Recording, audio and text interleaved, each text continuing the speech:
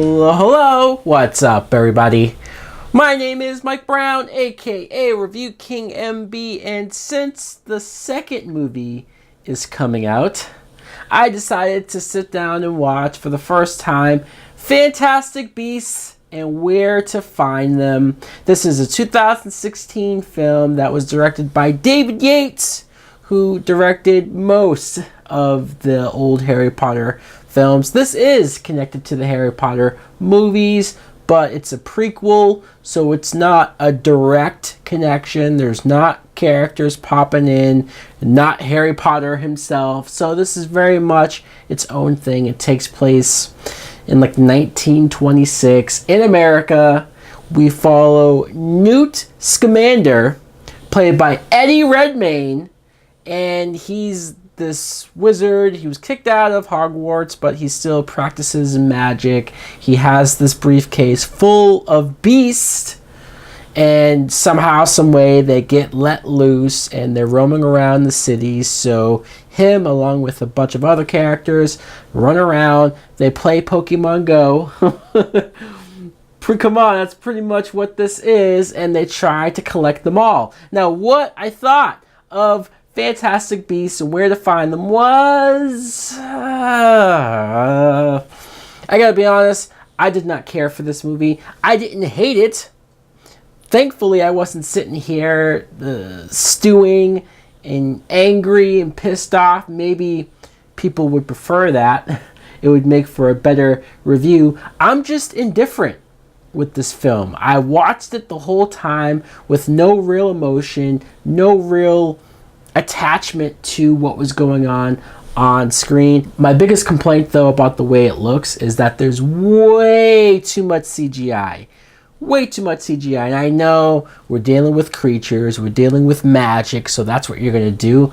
But when I say way too much CGI, I'm talking it's to the point where it looks like a video game. Most of this movie, between Newt, who, I get it, he's practicing magic, but he's disappearing and reappearing, and that goofy effect of him whooshing around.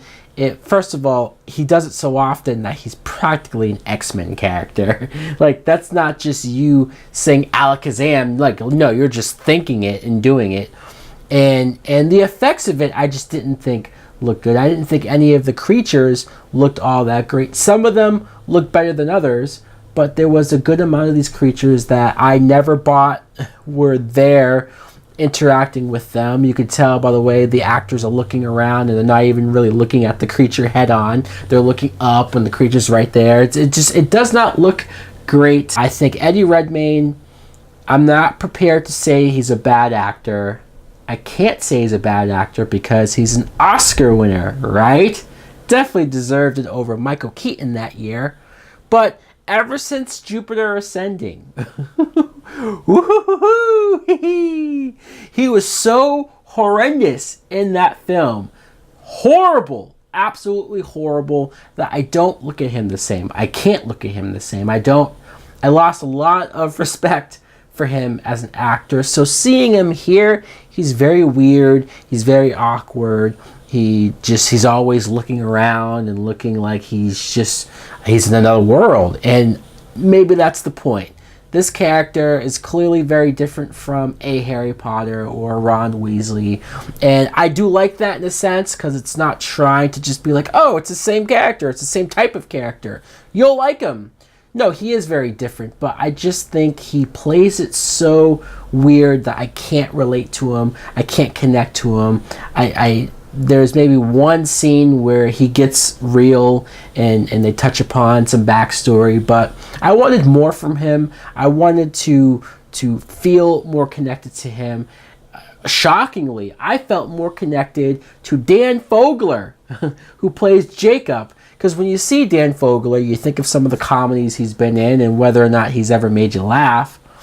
I was expecting him to be goofier, and he wasn't that goofy. There was a couple scenes where they're like, haha, see, he's fat, he can't fit into the briefcase right away, but for the most part, he is playing it straight. I did like how the character wanted to start his big shot plays, and he played this grounded. Catherine Waterston as Tina, I first remember seeing this actress in Alien Covenant. Seeing her here, I liked the warmness that she had, and she just seemed like a good character who was trying to do the right thing, trying to help people, but also wanting to go to the committee, the board, the magic board, like she thinks she's supposed to. I even didn't mind her sister character, although I never bought her falling in love with Dan Fogler all that quick, but okay, fine. Ezra Miller as Credence, he was fine.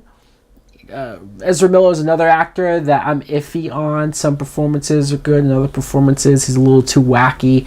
He had sort of a tragic situation going on, but again, he's involved with the end of this movie. So over the top CGI, this smoke monster that's roaming around the city and going all around, and Colin Farrell is chasing him.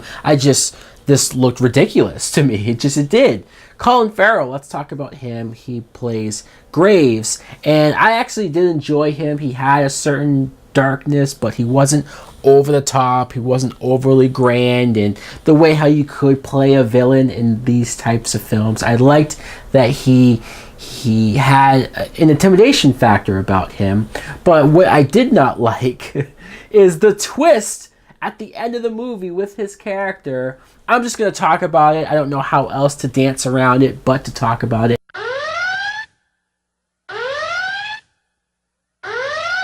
Johnny Depp! You see, Colin Farrell is revealed to really be Johnny Depp as Grindelwald, and sure, fine, a twist that Grindelwald was hiding in plain sight as this other character is interesting enough, but it so felt like stunt casting when Johnny Depp shows up and he's like, hey guys, I like Johnny Depp. I'm not somebody who's like, oh, boycott his movies or don't hire him like some people are nowadays. I'm fine with him. It's just when you see him in the makeup and the dyed hair and the crazy eyes, you just go, what is this sequel gonna look like with him probably going to that next level? I wanted to enjoy this film. I'm not the biggest Harry Potter person. I've seen the movies. I enjoyed them for the most part, but this isn't something that got me back into the world. This isn't something that said, oh man, I've missed this world and I can't wait to jump back in. It's actually making me want to go back and watch the Harry Potter films because those did this so much better. So guys, let me know in the comments below, what did you think of Fantastic Beasts? Did you like it more than I did? Or do you agree that it's lacking something? Like, comment, subscribe. Later!